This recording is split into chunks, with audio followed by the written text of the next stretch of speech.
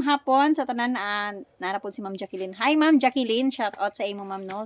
Thank you kayo sa imong kanunay nga pag-support sa among mga video. Ang nangutana ka Ma'am, ngay kag-advice kung unsay angay iabono sa 8 months na imuhang saging. So then every month pug ka nag-abono. So unsa daw ang iabono na sa iyahang saging? Bago lang daw siya nagputas. Okay. So 8 months na ma'am, ang pangutana, nanabay bunga, wala pa. So maingon nito, wala pa? Wala man siya nakahisgot. Wala pa ka nakahisgot. So kani ma'am, 8 months po ni, kanina sa likod na mo. Kapit na ni mahurot og bunga tanan. Naanis mga ang natanom ginamo ani including dito sa fish pan. Actually na kani nasa likod ani nga akong ginakuan fish pan man po ni. Nas 1,000 pero katong dito sa katong naginabuhian gyud namo og isda nga mga 500 to. Wa na namo isprehe kay maigo man ang fish pan mga mata itong amuang kuan kinibang hito. Primary nga naga-income ngari. Kaning saging nga mo kuan ra man kana bang auxiliary ra ni sa naga-income nga ni sa amuang 1 ka hektarya tunga. Actually duhag tunga to kay apil tong dito sa katong wa pa mamunga na mong area. Kanang 8 months nimo ma'am kung nakabunga na gyud ka, tama to, nagputas ka, and then atong kuanon ha kana bang ang putas man good is isara na siya sa abono nga kinahanglan sa saging, which is kinahanglan na siya prior nga magbunga o kanang gabunga siya.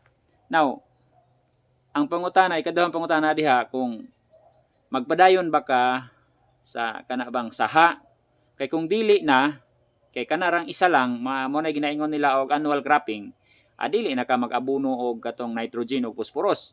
Pero kung nagpasaha ka kay naa kay plano nga ipadayon ng imong sagingan, and then ang imuhang next nga timanon is ang kadto ng anak niya, kadto ng iyang follower.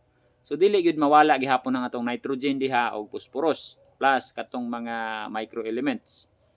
So nahuman na kag putas, dapat natoy pares ang imuhang putas. Naa gyud toy nitrogen or gamay nga phosphorus. So ana na si imuha kung unsay abono nimo, pwede ka mag-urea, pwede ka mag karon ra ba kay bot og asa dapit ng inyo ha. Amo adire kay tagsaon ra mga ulan. January pa manunta. Gahapon nakaulan gahapon maning nangabono pud mi karon. Pero wala lagi dili kayo nana ang moisture kay kusog man unta ang ulan kagahapon kaso mga tulo na kasimana gid nga way uwan. So uga ang yuta. Igo ra niya na basa gamay karong hapon-hapon na uga na pug balik na pud ang yuta. So kuan lang kung wala gi ulan-ulan diha nya pagkakaadlaw na ay gabon na ay yamog. Pwede ra nga kadtong mga slow release nga nitrogen pero mahal lagi kanang sa Yara. Okay pa? Then kuan pwede ka mag nitrabor, pwede ka mag kadtong winner kay naa man gihapon to, kompleto man to. Mao toy pinaka the best yun actually ang winner kay naa kay microelements, then complete man to siya. 15 520 ban siguro nang iyahang composition sa NPK. Sa nitrogen, phosphorus ug potassium ba plus ang iyahang microelements nga calcium, boron ug magnesium. So mo nang mahal-mahal siya. Mao na actually ginagamit yun namo dinhi. Kung mawad-an ana basta mag-apply ko kada bulan. Pwede ra pog ka mag amusol, pero ang amusol ay doble nimo ang imuhang kung sa imuhang nitrogen sa urea is naga-apply kag mga 60 grams or 50 grams and then make it 100 grams kung maghimag ang amusol ang imuhang gamiton. Pero katong amusol lagi guay ulan, tabla pinaghat naglabay ka nagkwarta. Kay volatile yun ang kuan, kanang nitrogen. Once ma-apply nimo na siya, pinakataas ang tulo ka adlaw o gulay ulan.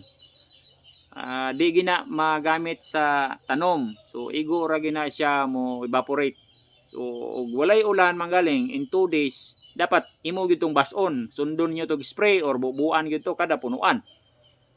Or else kung dili kayo dako imong sagingan, pwede ra po ka mag-drenching.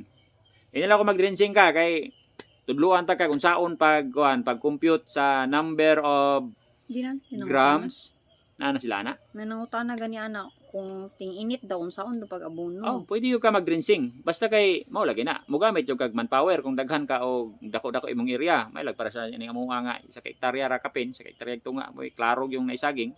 Na dili nila makuan. Pwede ra. Unsa daw kadaghan sa abono nga ibutang, unsa Ay, kadaghan dali na ra kay na. tubig.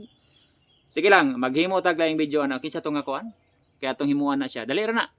Nag-chat na Number siya. of grams per hill and then ang kasagaran ng timplahan nato ana is katumang drum nga 200 liters. So bisag ibutang lang nato isa ka litro ang imuhang ibubo nga solusyon na siya.